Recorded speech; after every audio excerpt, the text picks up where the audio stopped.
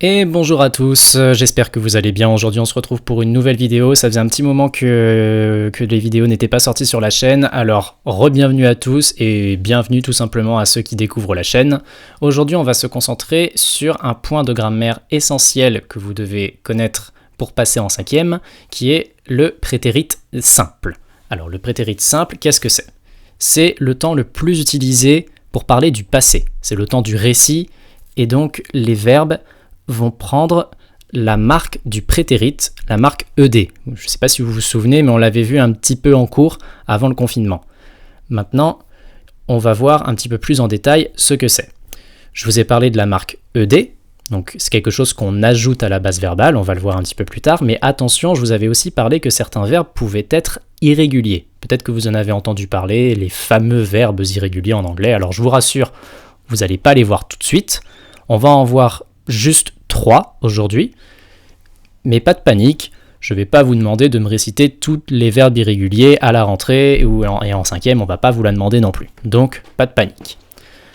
Je vais quand même vous donner quelques exemples de verbes irréguliers, des verbes que vous connaissez tous, on les a déjà vus puisqu'en plus d'être des verbes, ce sont également des auxiliaires, be, have and do. On va les lire ensemble.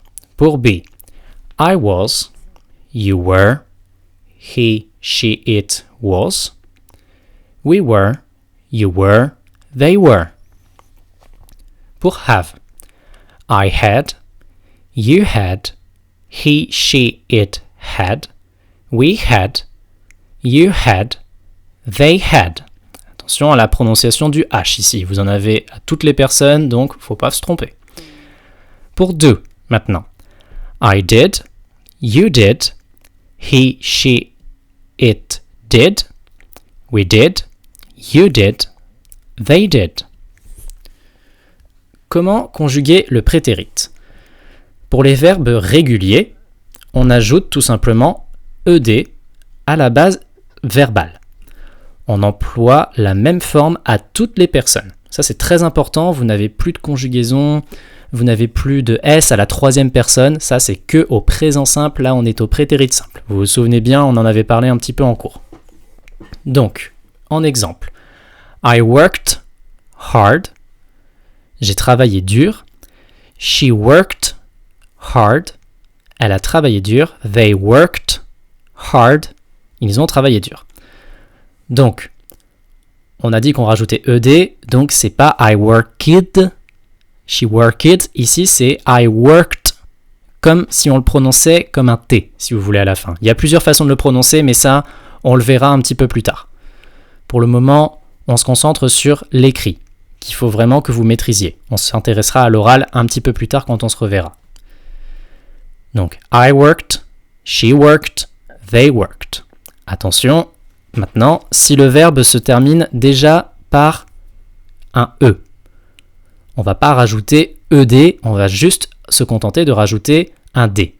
Exemple, you liked this film. Tu as aimé ce film. Là, on ne va pas aller rajouter un autre E, on ne va pas mettre 2 E, D. Ça, c'est pas possible en anglais. Maintenant, si le verbe se termine par une consonne suivie d'un Y, à ce moment-là, on va forcément rajouter ED, mais avant de rajouter ED, on va remplacer ou transformer le Y en I.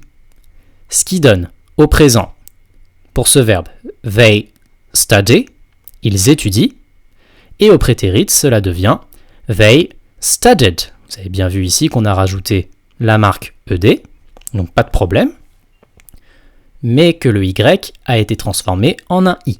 Et c'est ça qui est très important. Tous les verbes qui se terminent par un Y, consonne plus Y, vous devez transformer le Y en I et rajouter ED.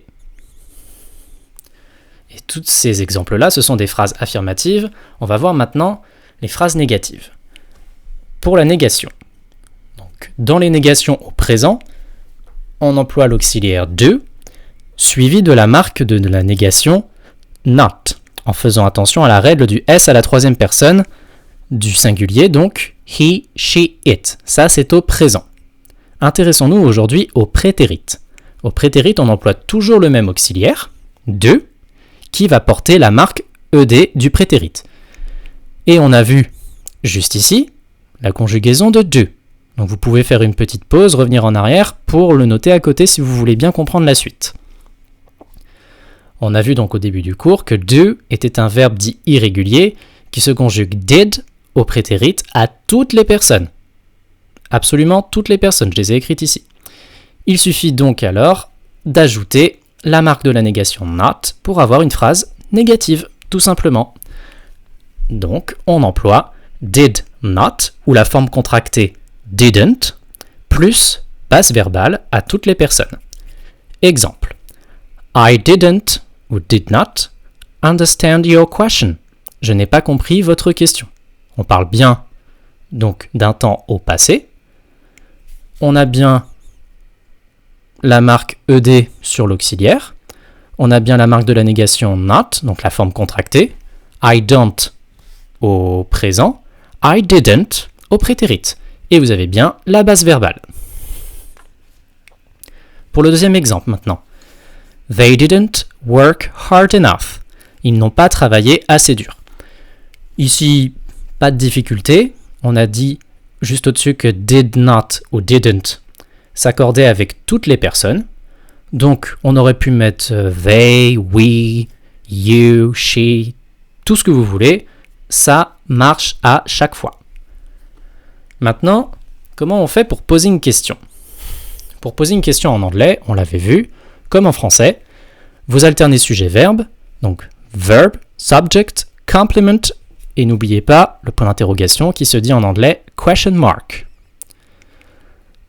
Pour poser une question en anglais, vous avez une autre alternative en utilisant un auxiliaire, donc vous utilisez votre auxiliaire, vous rajoutez votre sujet, ensuite la base verbale, le complément, et évidemment, on n'oublie pas le point d'interrogation à la fin. Au prétérit, pour poser une question, ça va être très simple. Vous utilisez votre auxiliaire, did, plus sujet, plus base verbale, plus complément, et on n'oublie pas le point d'interrogation à la fin. On va reprendre les exemples plus haut. Did they understand my question? Ici, on suit bien le processus de la question. Donc, est-ce qu'ils ont compris ma question? On peut le voir ici aussi. Did they work hard enough? Réponse brève. Yes, they did. No, they didn't. Maintenant, quand est-ce qu'on emploie le prétérit? Et c'est ça qui est très important. On utilise le prétérit simple pour parler d'une action passée terminée au moment où l'on parle.